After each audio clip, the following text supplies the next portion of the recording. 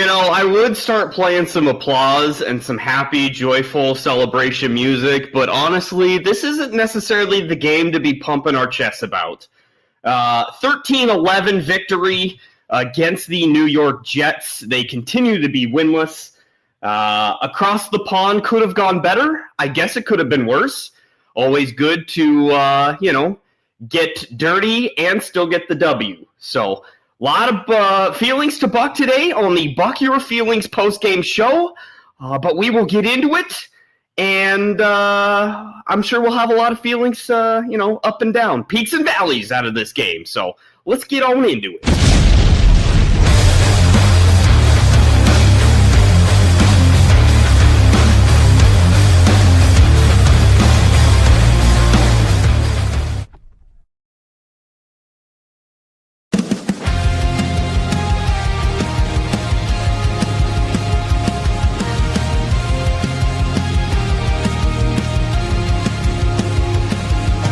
Every touchdown scored, our spirits ignite.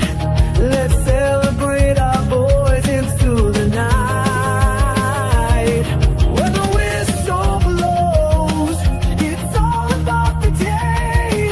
Through the highs and lows, we'll never feel shame. This is our house. Hear the fans scream, Buck your feelings. Got the heat. Broncos bring the fire. Can't accept defeat. If you don't like it, then buck your feelings. We're a family united. No matter the feeling, and Broncos country will always stand high.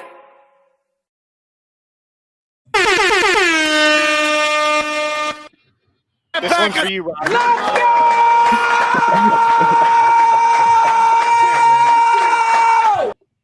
Going different directions with that because I was going with this. That was one of the ugliest games I've seen in a hot second. Ladies and gentlemen, welcome to the Buck Your Feelings post-game show. I am your driver on this crazy train, Jay, the Dreamweaver here, and next to me, the usual suspects. Johnny, the Mile High Viking Baki, and Bronco Rob in the house, doing a little pre-game repeat here on this side of the fence. Gentlemen, how you feeling? Well, you're right. It wasn't pretty, and it could have been. It could have been prettier. Could have been worse. You made that point. Worse.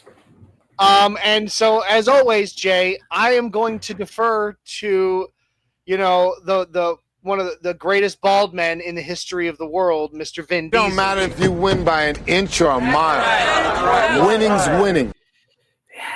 Yeah. You never even had your car. Yeah.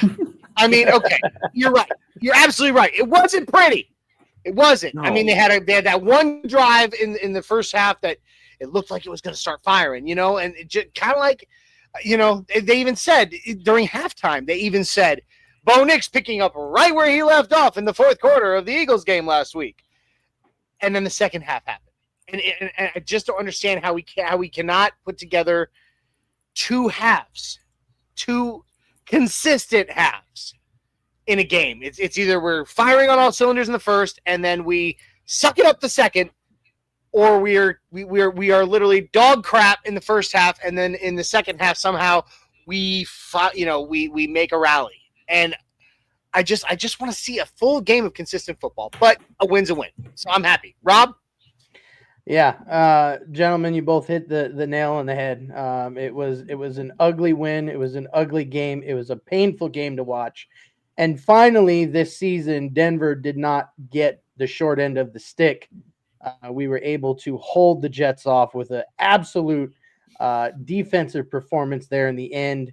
And I'm not going to give you who my pick for defensive game ball is just yet.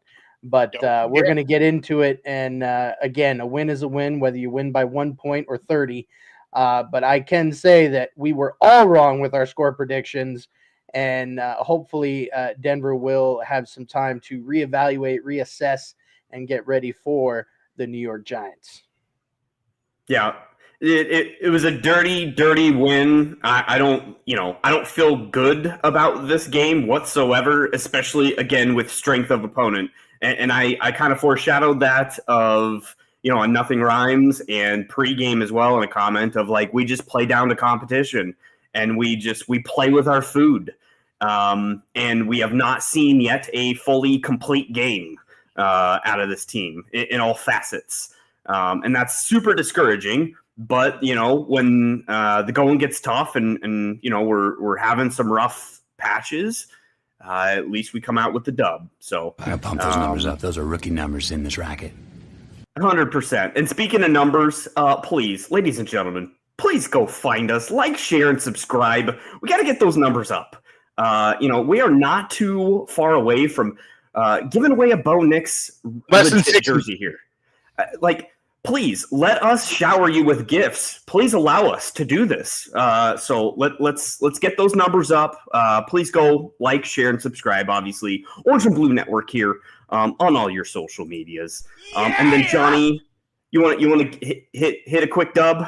Hit a quick dub real quick. Oh, I mean, we've already hit a quick dub early, today once. But I can do it again. I have no problem with that. What's up, everybody? Got to show some love. Shout out to the sponsor of today's show. You can catch the link in the bio below. Make sure you check it out. Dubby.gg will take you to Dubby Jitterless Energy Blends.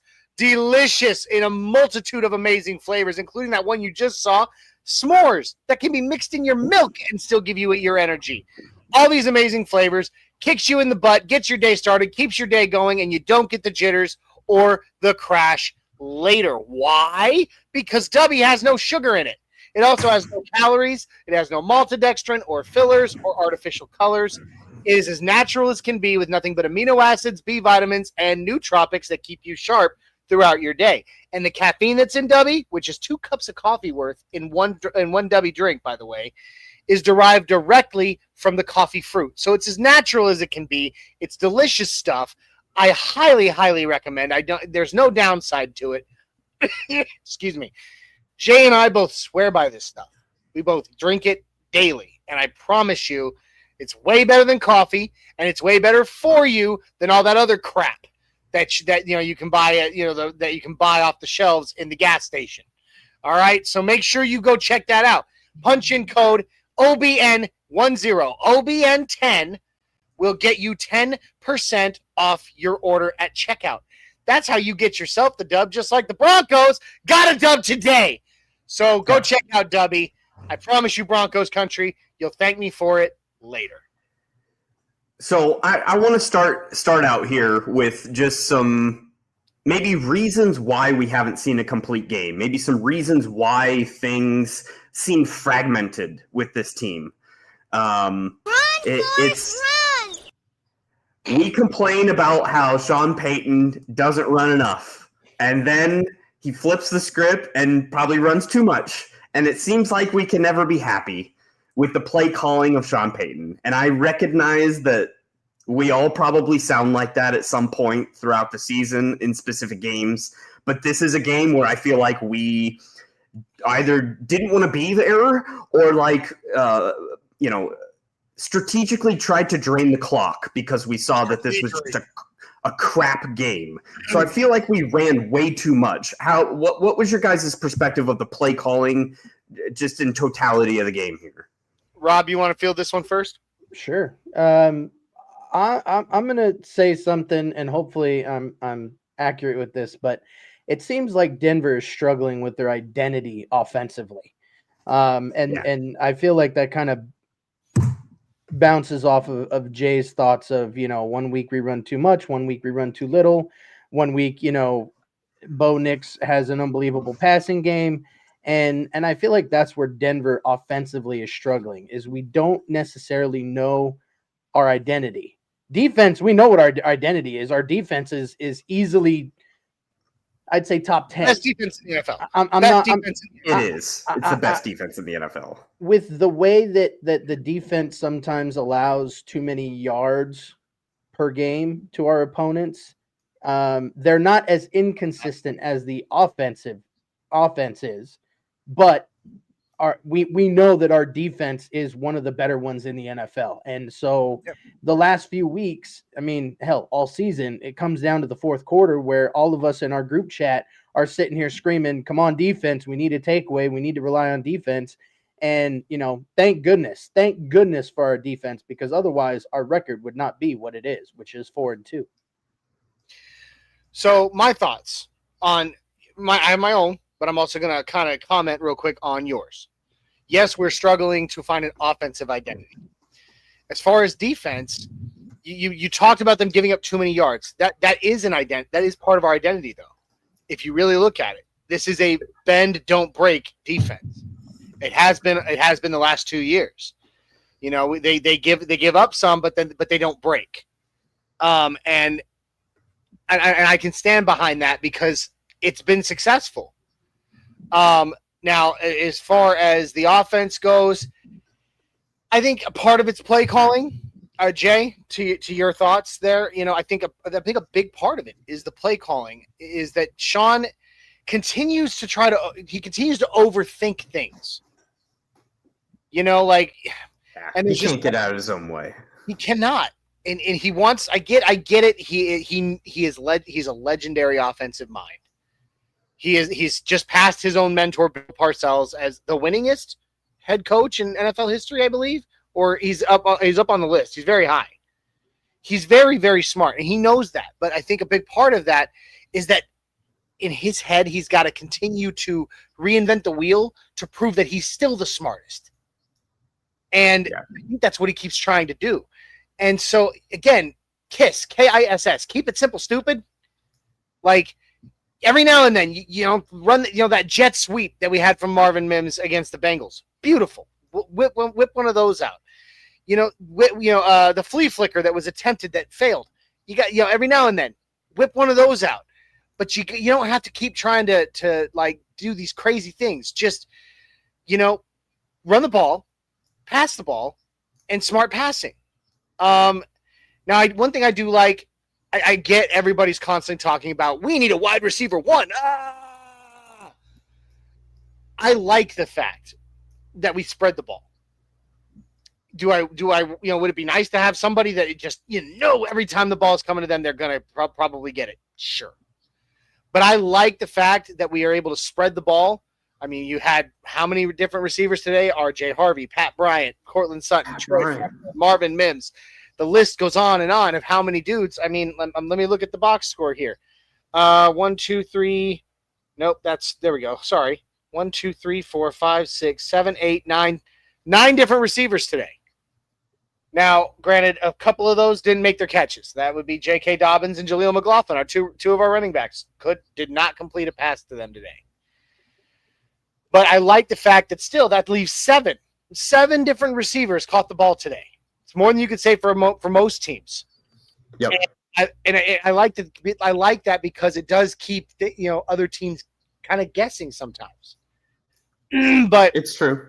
Ultimately, in the pursuit of finding an identity, we need to find the one thing that we can be really, really good at, build on that, and then focus on the other part of the game, or on the other part of the offense, the other parts of the offense to complement it. Yeah, very much so. We haven't done that yet. To kind of get a comment up here, back to Kells, the one half of the Incomplete podcast, great podcast out there. But she's saying, the inconsistent play is frustrating AF. I mean, it very much is. You said it, Kells. It is not only the inconsistent execution, but the inconsistent play calling and just the, inconsistent, I mean, why we had a lot of trepidation when it came to the Powers injury and the offensive line coming into this game and kind of what that would look like. I thought Pert was good at times and terrible at times. again, You got super 3 separate consistent. holding penalties, bud. Yep, really bad. It's not all together, and that's again the consistency is what we're after. We don't want flashes. We want just to kind of know what we're getting ourselves into on a drive in, drive out perspective. And Ty, the other half of the Incomplete podcast, chimes in. I won! It's an ugly win. It's super ugly.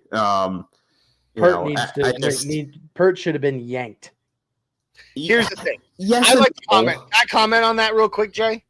Yeah, I didn't want Pert in there. Ty. Yeah, I didn't want Pert in there in the first place. Like you remember back to Tuesday on Nothing Rhymes. I said I want Palczewski in there. He is already proven. I get it. He's been instrumental. In the jumbo packages, instrumental. 63 is number 63 is reporting as eligible, and the whole crowd 63. It's been fun, okay, but he is consistent. He is proven, and he has camaraderie and chemistry with that offensive line already. Okay, you can Pert's done jumbo before too. Okay, you can put Palczewski in at guard and and use Pert or Throckmorton or somebody else in the jumbo packages. You can do that. The jumbo packages with Palczewski are not worth what we're getting at the left guard position currently. That's my only thought. Do you think Denver might trade for an offensive lineman before the trade deadline? Maybe. Doubt it. Doubt it. I doubt it. The depth they've got so much depth there. I don't think they feel the pressure to do so. And because of that depth, I was just surprised that we stuck with Pert the entire game. I thought there would be a little bit of a rotation. I thought Forsyth could have been in as well. What we were doing in a play scheme perspective, that's what he is actually good at, is run blocking. He struggles in pass pro. So, I don't know why we didn't change it up a little bit and put Forsyth in at center and move Wattenberg over to left guard. Boom! Solved. We got Dave Glassman in the house. What up, dude? Full Glassman over there.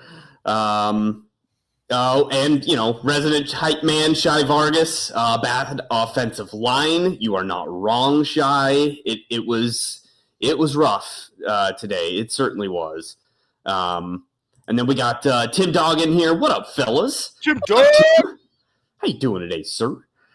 He also says Sean ran it because he relied on Vance Joseph, and that's unfair. And that's kind of been, kind of an MO throughout the entire year of let's be very conservative on the offensive end. Let's not take a whole lot of chances.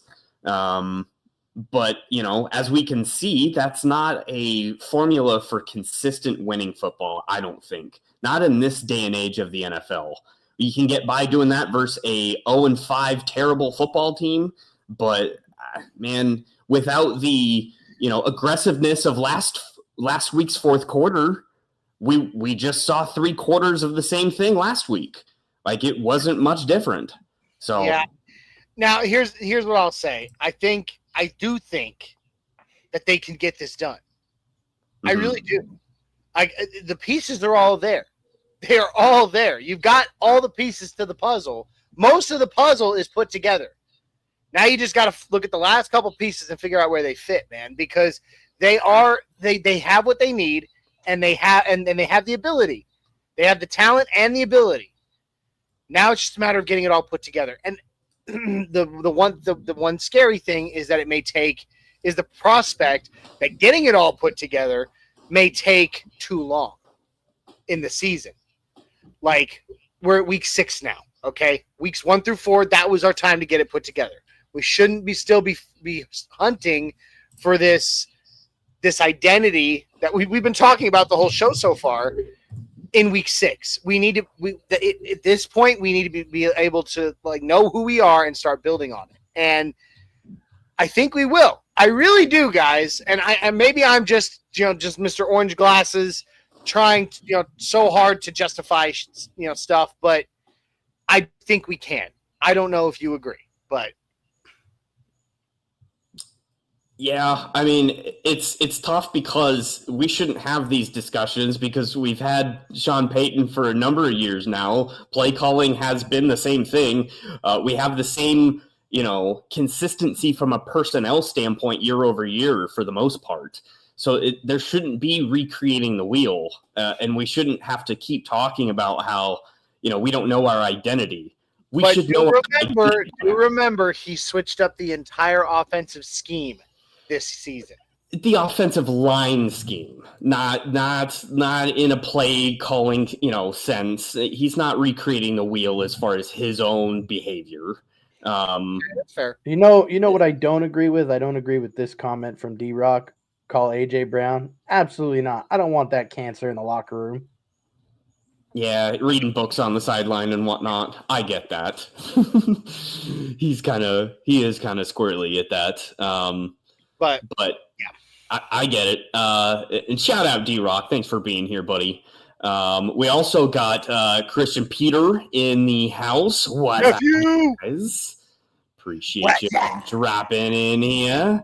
And Dave Glassman switching it up, going over to YouTube. He was on Facebook, so I appreciate you switching platforms around here. But he says Pert will be okay. He was up against Williams all day. And there might be a little credit deserving to the Jets defense in and itself. They're not as bad as I think everyone painted them to be before this game. No, their front four are stout, dude. Yeah, they're not bad. They're not bad. So, and then we got Gary Neighbors in the house. What up, Neighbors? State Farm is there. Appreciate you, Mr. Neighbors. But yeah, man, it was a very frustrating win. Very frustrating win. What was, I guess, a positive offensive? I want to put a bow on the offense, and then I want to move to the glorious defense that we have. But positive on offense. Our highly paid tight end finally getting involved. On more than one play a game, and Tim Dog right there. Almost stole the words right out of my mouth. To see Evan Ingram take more than 2 catches and several of them for good for some good gains and a few of them good yards after catch, which is what we paid him for. It's finally good to see him getting involved. So for me, offensively, this was not a good run day for us. It just was not. J.K. Dobbins came into this day, came into today 5th in the NFL in rushing, and I think he ultimately only went for 14 carries for 40 yards. Yuck. Oh, God. Gross. I mean, that's an average of 2.9 per carry. So not a good day for our run game. But to see the tight end that we paid a ton of money to finally getting involved, like truly involved, that was a good thing to me. My optimistic view, and hopefully you guys don't tramp all over me on this, but I probably got to go ahead. We only had 1 turnover today offensively. Bo didn't have any interceptions. He didn't fumble the ball. For the most part, we hung on to the ball with that exception of that very first play of the game where Troy Franklin caught the ball and had it punched out. It was a good play by the Jets defense. Troy Franklin had another, awesome gain, but unfortunately it was called back due to penalties. So, I mean, offensively, in hindsight, I feel like that was one of our positives was that we only had 1 turnover today. Okay, that's good. I will bring up the observation I had in that, and this is why I relate to the saying of we played with our food, because you can always kind of tell how timid Sean Payton is in a play calling sense with how involved the fullback is. And this was a fullback game, Nate Atkins and, just the overall, I guess, conservative approach to, forcing the ball down the field was apparent the entire game. And I just, man, it looked like we weren't really trying. It was like that we already knew we were going to win this game. We already knew our defense was going to shut them out and not allow them to do anything. And our offense was there just to pass the time. I am disgusted. And I find it kind of hilarious, D-Rock throwing up here. This win was an arranged marriage. We did already know the result. We knew it was coming, and we dragged our feet through the entire thing to get there. And that's totally kind of how the offense felt today, at least to me. But it didn't end in divorce. It didn't. We got married. No one was left at the altar. We got her done.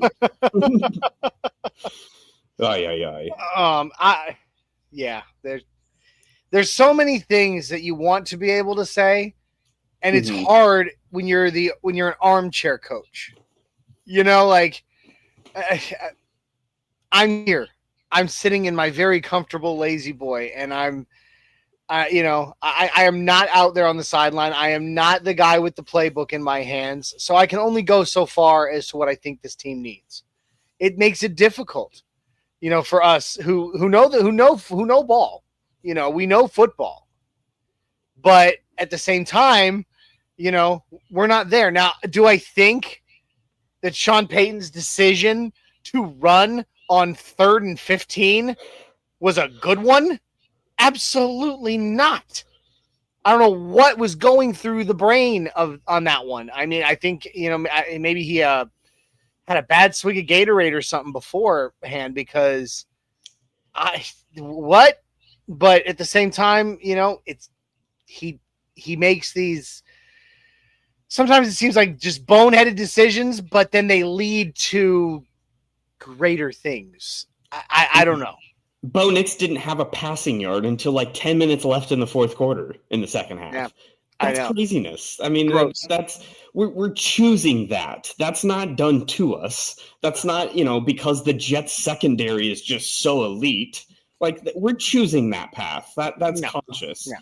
So that's the frustrating thing to me. I don't know. But Tim Dog also says, again, he says Harvey needs to be on some wheel routes. Harvey needs to be more involved in that screen game. Don't disagree. But again, to the flavor of today, that would have been some aggressive play calling, which we kind of, shied away from. I don't know about all that. I don't either. Because at the end of the day, the NFL wants a good product on a national stage like this, to highlight the NFL. So they don't want this horse crap of a game that we just saw. They don't want an 11-10 game for as long as it was. I don't know. Rob, you got any other offensive points before we move on to defense? I mean, you guys kind of already mentioned it before, but Evan Ingram, had 42 yards or something like that today. So he's getting a little more involved. 5 catches for 42 yards. So, I mean, he was averaging 8.4 yards a catch, which I think is great. We didn't see, even Tim Patrick Pat Bryant. Bryant. Yeah, I missed Tim Patrick. He even got in on some of the plays today and had, a couple good things. But, I think as far as the passing game goes, the more that we can get Ingram involved, I think that will further open the rest of the plays. But the one thing that I did find interesting this game is we didn't really have any throws downfield. We really kept everything, in front of us. Maybe what was our longest pass? 17 26 yards to Marvin Mims, and that had Yak on it. That wasn't even like a result of a pass downfield. That I found that very interesting that we didn't have any shots down the field. And Troy Franklin, has been one of those down the field targets this season, and has played, pretty brilliantly for the most part. So I mean, to not see any of those shots down the field, I felt was a little odd today. But I mean, other than that, I think the offense did the best that they could do with what they were given. But as always, every week you learn something new, and there's always something to improve on. There's gonna hate. Oh my God, that's gross. I have a thought on Troy Franklin, and I really and you guys can kind of correct me if you think I'm wrong, but I think for him to lose that, I hear what you said, Rob. That first play, that first passing play, was a good defensive play by the Jets, punching that ball out. But if there's one thing we know about Sean Payton, he does not tolerate fumbling the ball. He never has. He never will. And no good coach should. Ask God's Augusta. Yeah. Who? Yeah, exactly.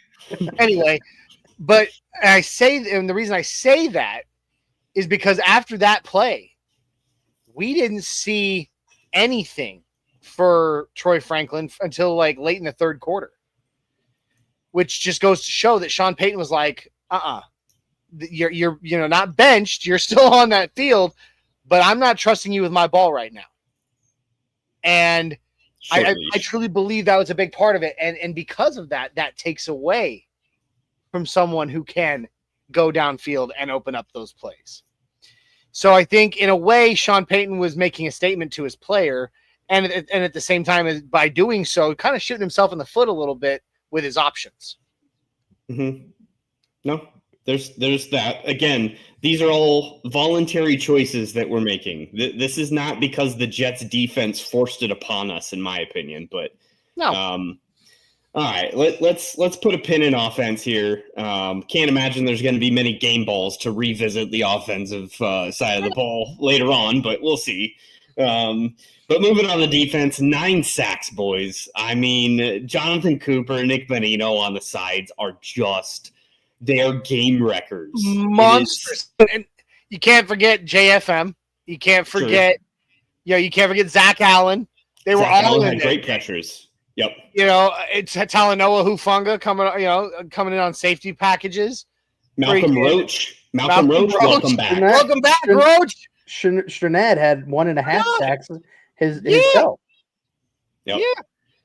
What a day. This defense is the identity of this team, at least as of right now. I mean, Bo Nix is the face. Bo Nix is the poster boy. And that's fine because I love Bo. I love me some Bo. I really do. And I believe he's going to be something very special for this team. I believe so. I believe, and I will not be dissuaded from that until he absolutely just falls off a cliff. You know what I mean? But this defense is the identity of this team. This defense is what makes this team relevant, like truly relevant. It's possibly, this is, we've named them Cell Block D, baby. And I'm sticking with that name. And I'm hoping I really want you to help me, Broncos country. Help me make that the thing. Cell Block D, locking them down. Because this defense literally is going to be one of those that one day will be looked back on, like by the annals of NFL history, and remembered with a name. You had the Iron Curtain, you had the Purple People Eaters, you had the Orange Crush, you had all of these defense, the no-fly zone. You had all these defenses that once upon a time will be remembered forever by a specific name. This will be one of those defenses. And shout out to Bo Nix and his fiance wife, announcing that they're expecting a baby. So congratulations to him. I did not catch that, but awesome. Jay, can I please for Bo Nix? You might as well. You might as well. This is Johnny's thing. I was gonna say, I shied away from that celebration music at the beginning of this show, and I guess it's fitting that in a non-football related news we'll break that out for this show. So it's awesome for them. Bo and his wife, they've been together since Auburn, and they're truly a one, like, from everything I've been able to read and glean on their relationship. Not that I'm like that guy. I'm not like this is the Hallmark Channel thing. They seem to be a wonderful couple, very happy, very good people, and it's exciting for them to be welcoming a child into the world. So awesome. Yep. Dave Glassman coming in. Cell block D, mile high five. Keep trying, Johnny. I will. I will. I'm gonna listen. I'm supposed to be at the Giants game next week. I'm gonna be starting handing out cell block D flyers, man. We all have our agendas, Dave. Okay, we all have our agendas. We got Fanatic Dak, our boy up in the house here. Defense is on pace for 85 sacks. That is mind-boggling. I mean, we shouldn't even toy around with saying that this defense is top 10 or like top half of the league. Like, it is literally going to be historic if we continue on here. And I guess looking at this season thus far, I mean, like Daniel Jones carved us up for a hot second, but other than him, I mean, this defense has been every single expectation has been met.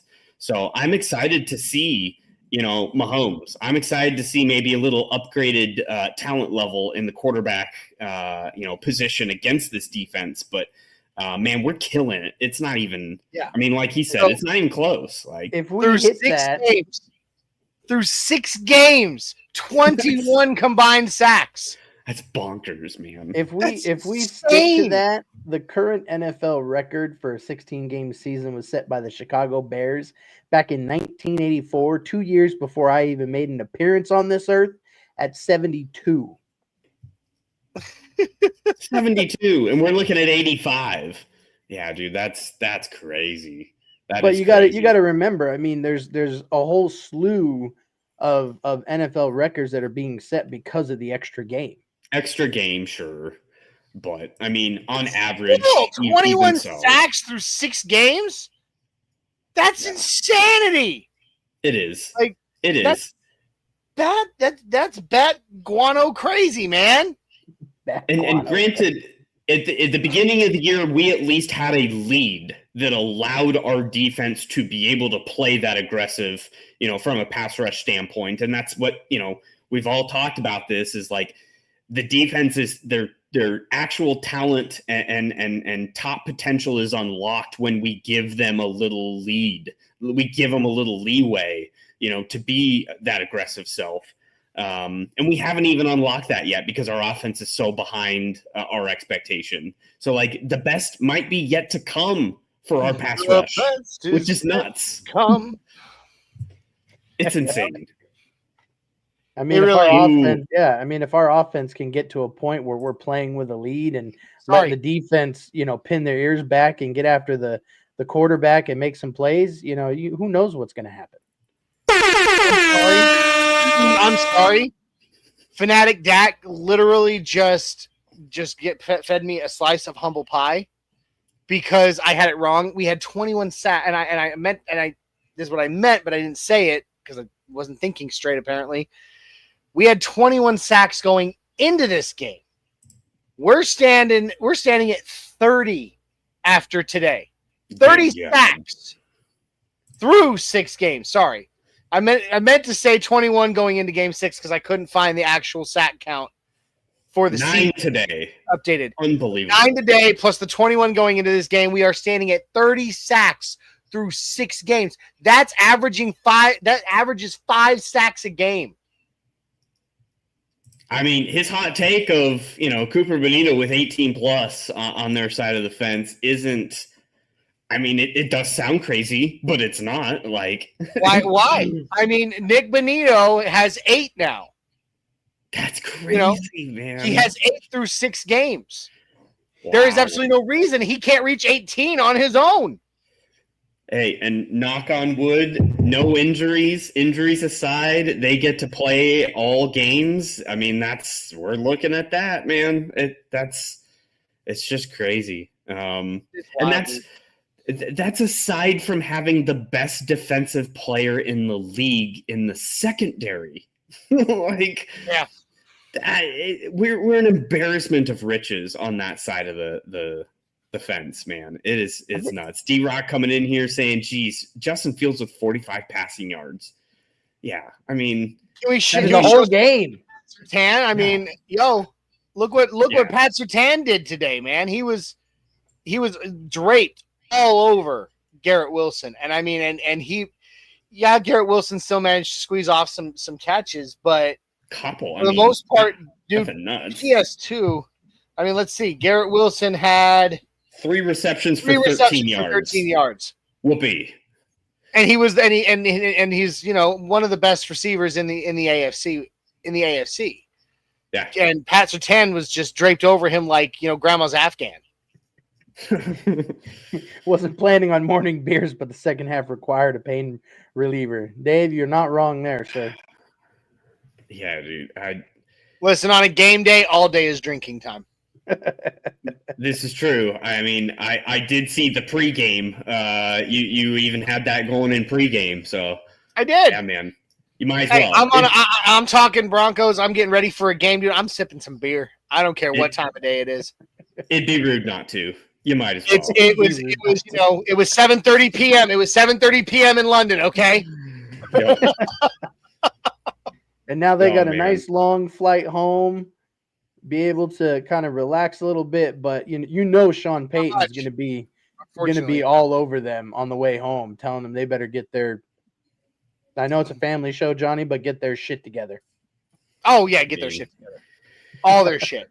I mean, and here's the thing: I really hope that Sean Payton didn't let them set off the smoke machines in the locker room today. No, you're Absolutely right. There better have been no club dub after this one because. You got to earn club dub. Yeah. And the offense, frankly, should just be embarrassed. They should take the L. Just don't be happy whatsoever with this game. Because this is a dub for the defense, if anyone. Offense doesn't deserve any joy right now. Well, I mean, they had that there was that one good drive. That one good drive that ended in a touchdown with a beautiful wide open pass to Nate Adkins. But beyond that, dude, your only other good drive, you let it stall in the red zone and it had to settle for a field goal and then had to fight for your lives the rest of the game. Yep. Because of it. You should not be all high right now on this. Nope. It's a three game win streak. You can be somewhat high on that. But you better have walked in that locker room, sat down, and went.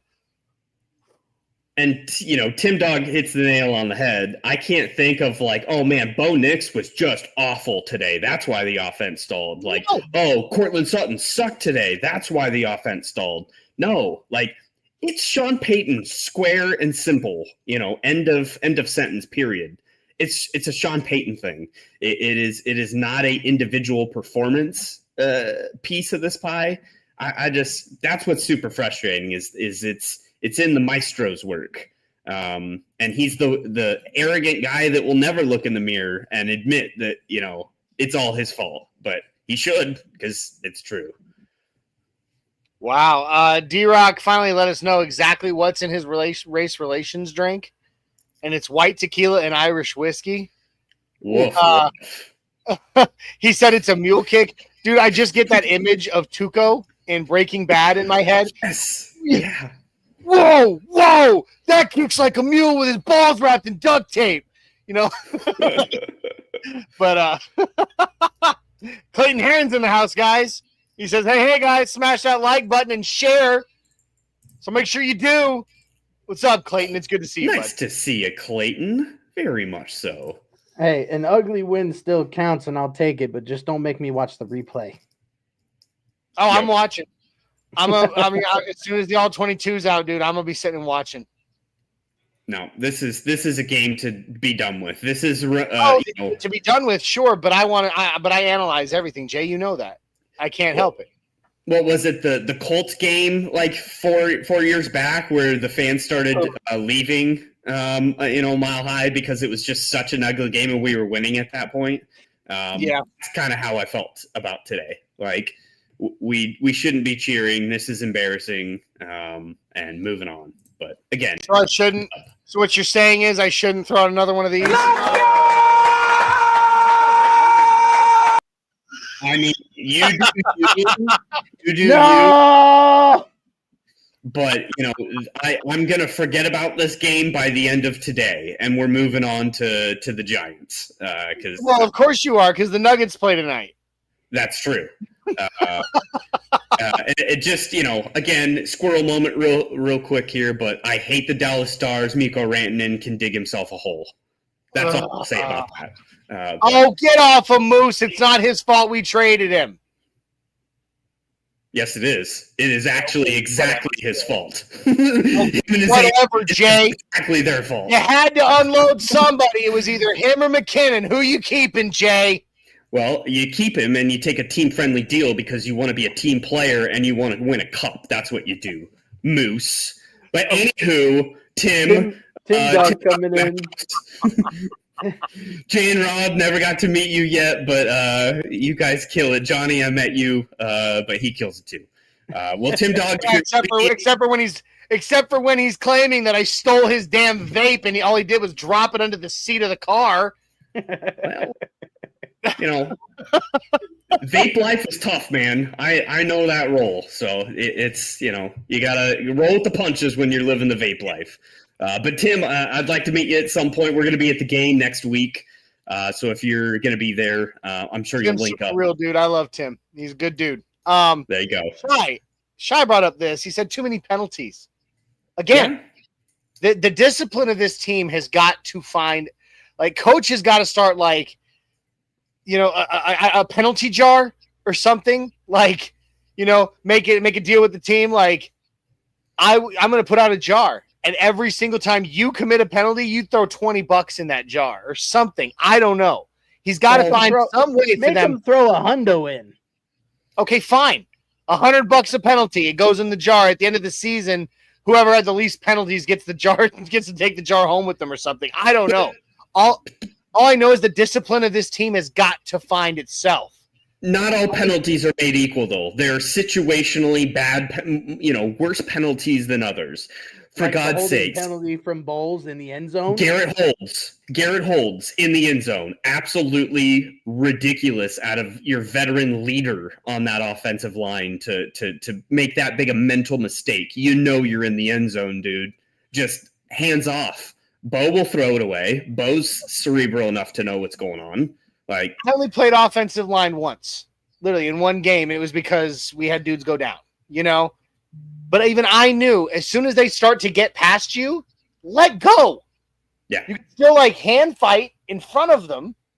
You can put your arms out and do your very best to push, whatever, but let go. He's gotten around you. Let go.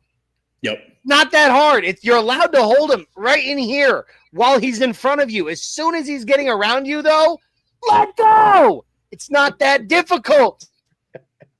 And Richie coming in, it's not good. It's not good, Bob. It's not good. It's not good, Bob. Can't have it. It's not good, eh? And Richie, I'm hoping this is not, coming into fruition. Don't put this on our vision board, Rich. Hold on, we got a sound by the Giants. We got a sound for that right now. Don't you put that evil on me, Ricky Bobby. I mean, yeah, to sum it up best, Rich, it ain't going to happen. This is a nice wake-up call, hopefully, that we get the whole flight back to think about our actions and soak in them. Because, and boy, do they, because they're not flying at night this time. They're not going to get to sleep the whole flight, I promise you. If we were to dominate this game, then the argument could be made that next week would maybe be an overlooked game. That would be maybe a, hey, we're looking past the Giants. But you can't be doing that now with the performance today. Mm-hmm. Different situation. Joe Medlock giving Tim some trouble. Tim Dog is all right. D-Rock, a freaking safety. We gave them 2 free points. Yeah, we did. Yeah. Well, the kickoff return for the Jets basically gave them another 3. So really, we're looking at 5 points. That is not the fault of our defense. So even inflated at that for 11 points. Now, I would love to call out just a couple of things that I think we were talking positives. Mm-hmm. That we wanted to know some positives on the offense. One positive on the defense: we didn't let Justin Fields of that offense reach the end zone once today. Yep. I mean, they got 3 field goals and a safety on a stupid choice. But the fact is, they The defense held stout. They did not reach the end zone one time. Awesome. Love it. The second is actually on special teams. Now, special teams today was rough. It was a rough day for special teams, giving up that big ass, kickoff, Return. that kickoff return. One thing I will say, is that there's another play that I want to talk about that's got two sides to the same coin. One of them is that we gave up that fake punt, that allowed them to continue their drive. The other is, though, that they recognized that before it happened. I know you did, but so did Darren Rizzi. He called it, and they saw it. They just couldn't get to him in time to stop it. Can I just say, so I just want to say that recognizing it, I want to give him some flowers on being able to recognize that moment.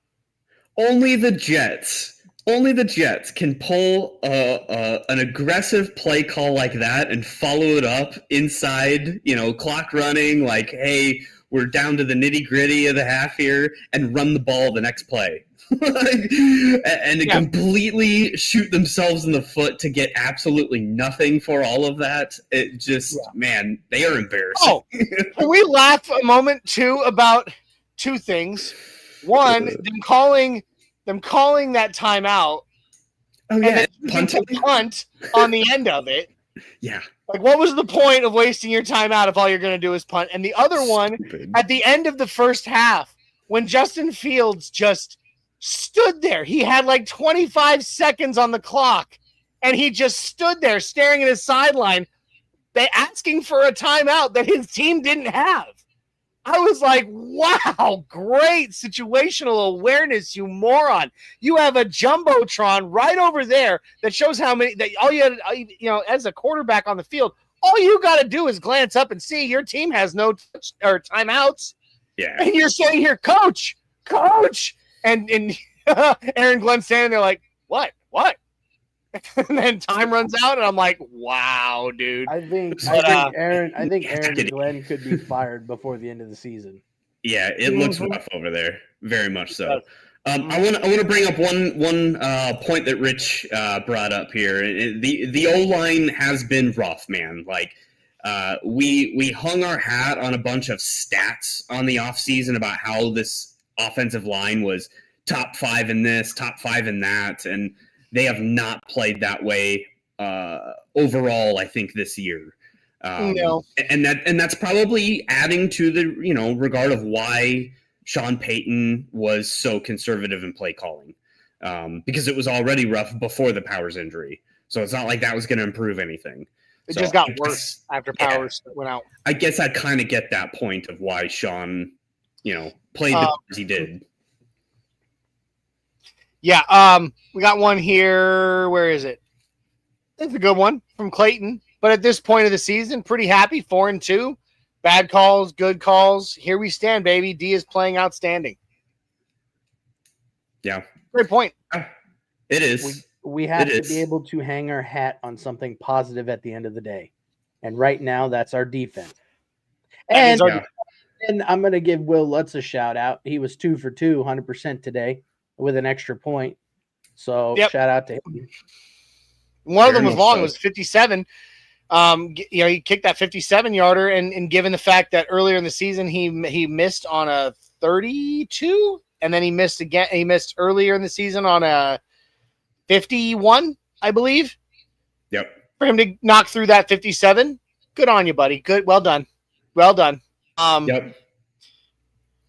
But, hey, again, playing down to competition and making every game, so important upon the details. And Rich, you're totally right of like, hopefully we are in the wake-up call territory, but maybe we're not because we do continue to see those stupid mental mistakes that are costing us. And that's why I said coach needs to implement something to get these guys to like, to get these guys to like mentally force themselves to not make stupid decisions.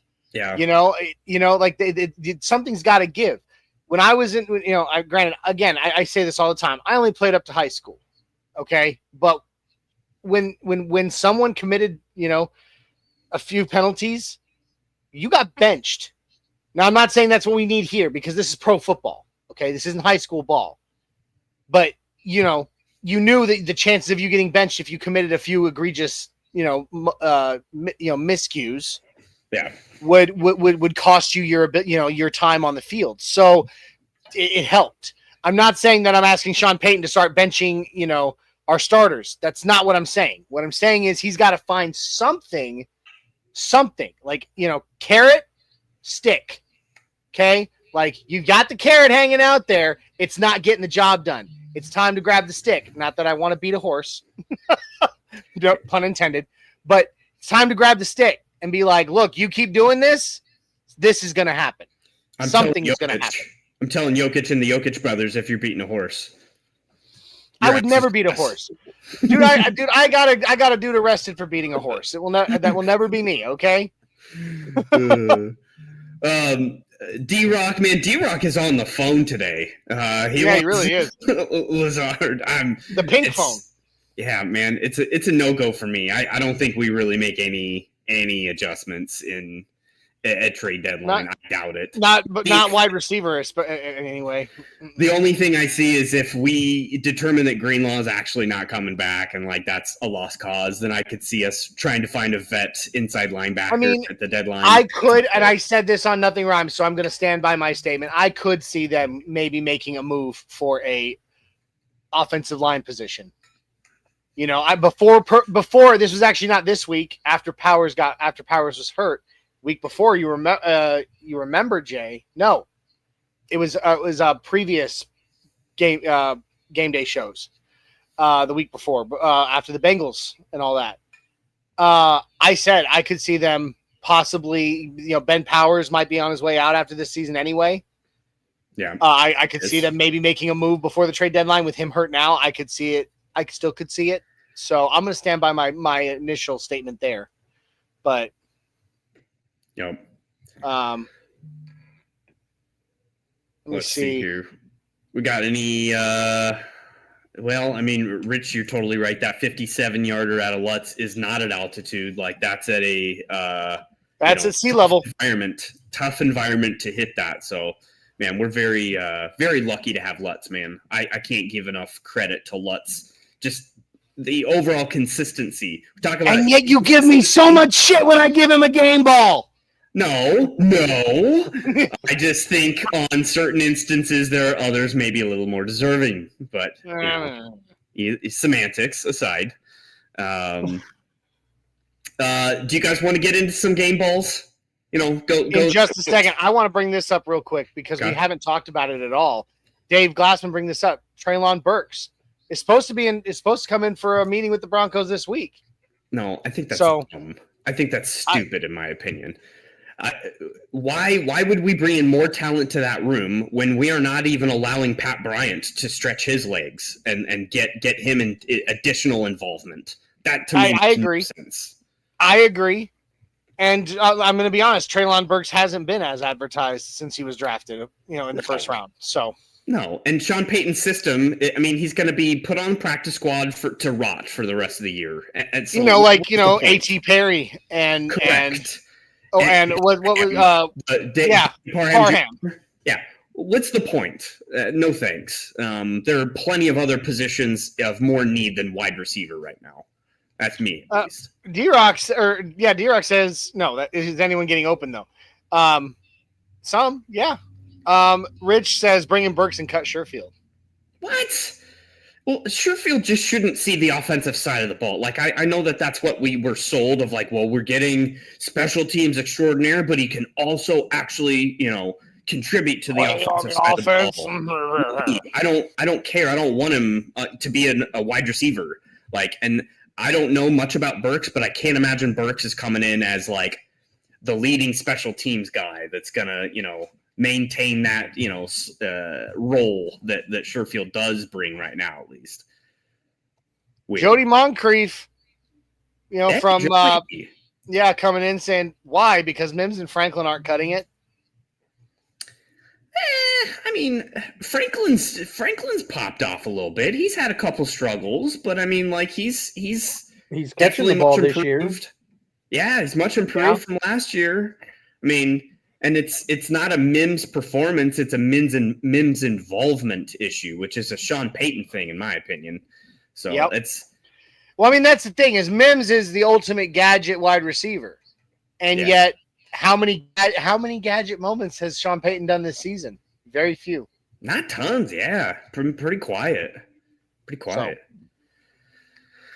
All right, well, let's get on into some game balls. You know, there probably ain't going to be a whole lot of fireworks in this section because, you know, two it each. was a 13-11 game, as, you know, big a wow session as that could be. But let's get on into it for our favorite section of post-game, Who's Got Some Balls?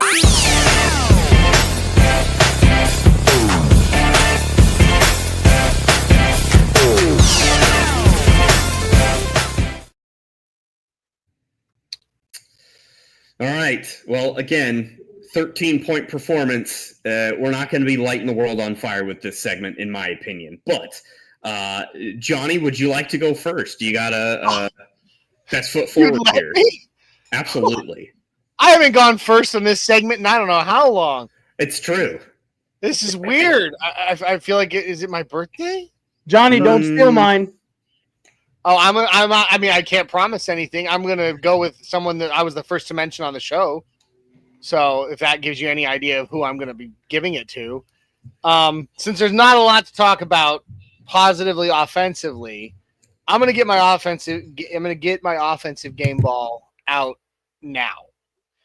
And you know, you asked earlier in the show, Jay, what was some positives we saw from the offense, and my answer was Evan Ingram. Finally getting involved. They're finally getting him in there. He led the team in receptions today. Give me a second here. I'd switched over to the Jets. There we go. Evan Ingram, 5 receptions, 42 yards. Had the most receptions and the most receiving yards for the team today. Long was 16. Good play out with some yak. It's still not where I want to see the stat lines for that particular player, but given that it's taken 6 freaking games to get the dude truly involved, it is good to see him finally being involved in this offense. Some great catches, a tackle broken, I believe, a really good tackle broken. I was impressed. It looked like the Evan Ingram I was expecting when we signed him. I want to see those. I want to, at the risk of using this too many times in one episode, but I want to see a little bit more. Those numbers up. Those are rookie numbers in this racket. But at the same time, I am very impressed with I'm very impressed seeing him get more involved this game. Be that guy. So I have to give it to Evan Ingram. Jay, would you like me to go next?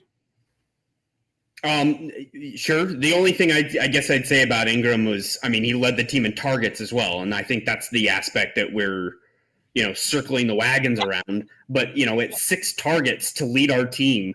That's nuts. That just shows you the game plan in and itself of how conservative we are, or we're throwing the ball. But this should be Evan Ingram's floor. We should be getting 6 targets out of him every single game. So, it was good to see, but there's got to be more than just this. But go ahead, Rob. Well, my offensive player, I'm going to give it to Nate Atkins this week. He was the only one to score a touchdown this week. And he was wide open. It was a beautifully designed play. And a lot of times, especially with players that don't get the ball that much, when you see that they're getting thrown to, you just kind of have to hold your breath for a half a second and hope that he catches it. Nate Atkins did just that and gave us our only touchdown of the game. So my offensive game ball goes out to Nate Atkins today. If I can comment on that, I absolutely agree with it. Deserves it. But I want to throw some kudos, not a game ball, but some kudos to Cortland Sutton on that play for selling his route so well that he drew the defender off of Adkins so perfectly for him to be that open. Yeah. So I had to give Court some flowers for that because he sold that route so well. Yeah. You're not used to being this buzzed this early. And Rich brought up a great point of the tight end of like, well, why can't our tight ends get more release or at least more time to find a zone to sit in? It's because the chip is required almost every single passing play because our pass pro is just that rough. You're totally right, Rich. It's also why we can't scheme up as many wheel routes for, say, Harvey as we want, because again, we need, and I guess we didn't talk about this, but we needed the role of Bidet as a third down back to have pass pro extra. It was interesting to see Jaleel for the first time this season, and he underwhelmed. He underwhelmed. Yeah, didn't do anything, but I guess that's why they've made the decision thus far this year as to why he's been a healthy scratch. But that's pretty interesting. All right. Hold on. Rich, it's Canadian Thanksgiving. So turkey is in the oven. Happy Canadian Thanksgiving to you up there. Solid. Above the parallel there, Rich. Happy Turkey Day, eh? Yeah. The harvest comes early for those Can guys I up ask, north. Rich, can you comment? Do you like? I know that you guys celebrate Thanksgiving in October, Yep. but are your dishes the same as the traditional American Thanksgiving dishes? I know you're doing the turkey, but I mean on Jay and my family, our table has always had the traditional mashed potatoes and gravy and green bean casserole, macaroni and cheese, and rolls and all that. Do you guys do the same things, or is there some different stuff that you tend to have with your Thanksgiving meal? Oh, he says yes, all the same. Awesome. Hey, have some green bean casserole and some stuffing for me, man. That's literally two of my favorite foods on earth. I want to pull up Dave's comment, but I don't know if we should. I was gonna say let's maybe let that simmer on the back end, Dave. But for all watching, Dave is definitely buzzing at absolutely at 11 love o'clock it in the morning. I'll co-sign that, Dave. That's great stuff. So Jay, back to your offensive game ball. Who you got? Yes, I know I let Johnny go first, and you're welcome for that. But I'm going to backhand compliment you here for my pick, and it's going to be Will Lutz. Will Lutz with a game ball, because 57-yarder is impressive in Denver at altitude, let alone at sea level on the road. And in a really big situation, when you're looking at this kind of game and a field position type of thing, field position oriented game, a kicker in the back of their mind has to think, man, if I miss this kick, I'm giving bad field position away to the opposing offense. And the trust that Sean Payton has in a field position type of game to give him the shot at 57 yards, man, that's awesome. Hey, he scored more than half our points. It's true. He's Mr. Reliable, Mr. Consistent. So love it, man. Richie Rich is coming after you today, Jay. I know. Hey, I preface with I'm stealing Johnny's thunder and backhanded right across my face, dude. I mean, well, at two, Jay. Like it's because I literally cannot pick another offensive player. It's hot garbage. Like there's not anything on here. The rest of it's gonna be defense. So I'm glad we're getting our offense out of the way here. Yeah. That's why. Yeah, no, that's fair. It's fair. But still, But all right. let's move on to happier times. Defense. Johnny, go ahead. What do you got? Whew, this is tough. This is tough. It's been wild. The defense was so dominant in so many ways that I believe that, Rich. I do. It's so tough to pick a defensive player on this one because the defense shined so brightly across that entire side of the ball. I'm going to go with someone that, has just been my guy. He's been my guy since before he was a Bronco. Jay knows who I'm talking about. Talanoa Hufanga, man. Talanoa freaking Hufanga. That dude, it's well, I mean, sure, he's got that head and shoulders, that head and shoulders going on, but dude, no, he is a game-changing safety for this team. He is everywhere. He is disruptive. He is, he brings as much in the pass rush and blocking and shutting down runs as he does in coverage. He's unbelievable, man. And I gotta give it to him, almost based on that pretty much game sealing incomplete or pass breakup he had. Garrett, he was on Garrett Wilson, not Pat Surtain on this play. And it, and to some that might be like, oh geez, why wasn't PS2 on him? Because Talanoa Hufanga was. And Garrett Wilson had, could have pulled that ball in and, his heels were touching inbounds. It would have been a complete pass. But Hufanga was draped so well over him, man. He just disrupted it just enough that Wilson could not maintain possession. That play alone, on top of course, Talanoa Hufanga having 5 total tackles, 4 of them solo, and a sack. And then his coverage is just unbelievable, man. I got to give it to Hufanga.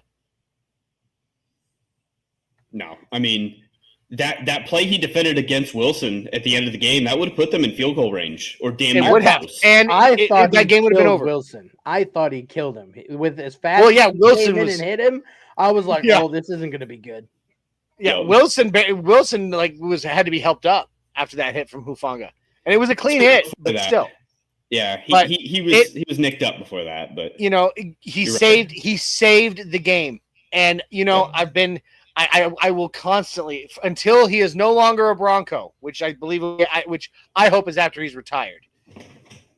I will constantly say I wanted Hufanga on this team before he was even on the radar to be, to come to us in free agency, and I had done segments on him and literally talked about him being like, I want this guy coming to Denver. And when we got him, I was on cloud 9, Yep. cloud 10, cloud 11, cloud 12. So I have been high on Hufanga since before he was here. And now it feels good to get my vindication on my belief there. So Talanoa Hufanga gets a game ball. Well, I agree with you 100%. I'm going to go a little more expected, I guess you could say, the expected route. But I'm going to give it up to Jonathan Cooper. Jonathan Cooper had 5 total tackles, 2 solo with 2 sacks today, and a tackle for loss as well. And Cooper has really, in the beginning, I was a little worried because, he wasn't really showing up. You didn't hear his name called all that much. And the last few weeks he's been playing like he did when he first came to Denver, and he's been showing out and showing up every single week. And, he got more sacks than Benito did today.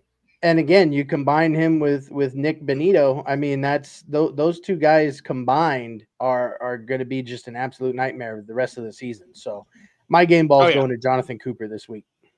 Dude, I got to agree 100%. And I got to say this, I have to.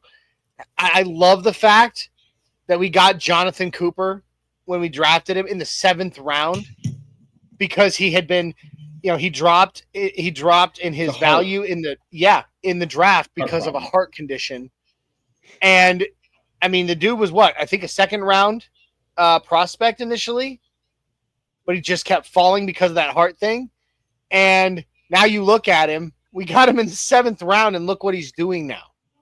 He's unbelievable. I couldn't agree more. And he's got a pretty nice beard, not going to lie.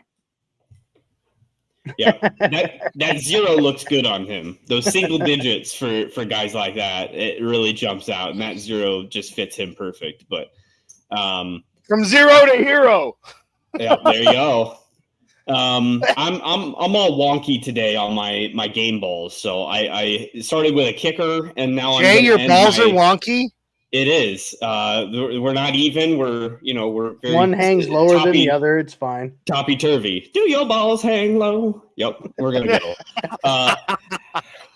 I am going with my game ball to VJ. Vance Joseph, man. I would love to target one specific player, and I could, but man, he has been pushing all the right buttons when it comes to this this defense. And yeah, David Yonkin in the house. What up, dude? But he says, yeah, Sean owes VJ a new house. He owes VJ everything. He needs to put some respect on his name. And he better remember these times when we fast forward to the playoffs and VJ gives up a big play or something. So I want Sean to, consistently be respectful to him because, man, he has been everything for this defense. I know we have great players on defense and we're stacked as far as talent goes, but he's putting them in the position to succeed. And I haven't really thought of any instance that VJ has put us into zone when we should be in man or vice versa. And yeah, Rich's point. I mean, we need an elite secondary and a defensive line play, and we've hit on both of those things. And we continue to fill the well with that, with the Barron pick, with Savion Jones. Like we continue to feed the strengths of that defense. And I'm really excited for the future because it's not like we are a couple of free agents away from this defense declining. We are set up for homegrown talent to continue this consistency of this defense for years to come. So, man, we're in good straits here for our defense. Obviously, That's a great game ball. Yep. I mean, that's 2 weeks in a row. VJ's gotten a game ball from us. And hopefully the rest of the season, dude, because he just keeps calling this dominant defense, and it's incredible. And a couple shout outs to some defensive players that aren't getting game balls but deserve some mention. We already said Pat Surtain, great job. I mean, he's PS2, we know. But Riley Moss in man coverage today, dude was everywhere he needed to be. Only gave up one. Who was it here? Somebody put it up here. I missed only it. one reception, I'm going to say. Dave Glassman only gave up one catch on a coverage he was on. You got to give him that. Nick Bonito he did not outdo Cooper this week on sacks, but he was disruptive, and he is still Nick Bonito, and he is everywhere. He's in quarterbacks' faces. So got to give him that love too, man. Even though not game balls, but just some appreciation, some attaboys. Yeah, very much so. Very deserving of that for sure. You're not wrong, Yonkin. You're not wrong, Yonkin. But I will say again, like when we're looking at talent level here, Justin Fields is awful. He can't throw the ball. They don't expect him to throw the ball. I don't know why everybody kept on after the Bears, after the Steelers. Everybody keeps talking about Justin Fields like he's so special, and I'm like, where are you seeing this? Yeah, There's a reason that we went PS2 instead of Justin Fields when we drafted PS2 when George Payton drafted PS2, and Justin Fields has been nothing but a disappointment anywhere he's gone. I don't know why everybody's still touting him like he's the next coming of some great, great quarterback. He's not. He's a joke. Yeah, that's the rare egg on the face for D-Mac. D-Mac was, shouting from the hilltops that he wanted Justin Fields above PS2, back in the days. But, man, Moss has killed it. Moss has killed it. Have no ill will to Moss today. But I mean, my God, he's covering like Josh Reynolds and people of that ill too. So I mean, he should have dominated today. Former Bronco. Other than Garrett Wilson, they've got nothing when it comes to wide receiving threats. The fact that he got it done when he should have is worth noting. True. All right. Well, that pretty much hits all of our game balls. Anyone have a honorable mention before we get out of here? Nothing offensively. I find that offensive. But you know what? Not really. We hit on everybody that we needed to be honest. This team will get it figured out. This team will get it put together. They just need to get it done sooner rather than later at this point in the season. We're almost we're getting close to the halfway point. And this level of play, we're getting the wins. We have a very winnable stretch ahead of us. I don't care what anybody says. I still think I don't care about Jackson Dart and the New York Giants. I think that's a winnable game. I don't care about how somehow dominant the Cowboys have looked the last few weeks. I'm not scared of the Cowboys. The Raiders, come on. I mean, if we weren't scared, if we weren't scared about Justin Fields running on us, are we really going to be scared about Dart running on us? Garrett Wilson, Wandale Robinson. I mean, there's not a whole lot to be said for what the Giants are going to be a tough game, but that's not insurmountable. That's a total winnable game. Hell no. Very. So yeah, looking forward, I guess, to the future here. I guess I'm still thinking back to Sean Payton last week after the Eagles, asking everybody, who are you afraid of? Now, I'm not. I don't think that there is a team in this league that if we make the right choices and we play up to our talent level and skill level that we can't beat. It's just a matter of not shooting ourselves in the foot and not overthinking it to the point that we cost ourselves the game. Yep. And okay, Dave says he's afraid of the Lions. They're tough. That would be a very tough one. It would be. I'd say the I think Lions we and the still Bills, hang. honestly. I think if we don't shoot ourselves in the foot over and over, and we actually, make good play calling decisions, I think we can hang. Yep. Rich says J.K. Dobbins needs a mention. I'm not feeling it today, Rich. I mean, the overall season for sure. I mean, he has been overachieving player. He's done extremely well. He's brought massive value, obviously, to this team. Huge JK fan. Huge. Not this game. This game was not. He only had 14 carries for 40 yards. Yeah, he averaged 2.6 yards. 2.9 yards per carry. So, but again, not necessarily his fault. Offensive line was hot garbage. So. It is what it is. I'm just saying it's just not an honorable mention kind of day for him. I love him as a whole overall. Love him. Love the free agent signing there. All of it. But I'm not. Today was just not his day. Rob, you got any final thoughts here?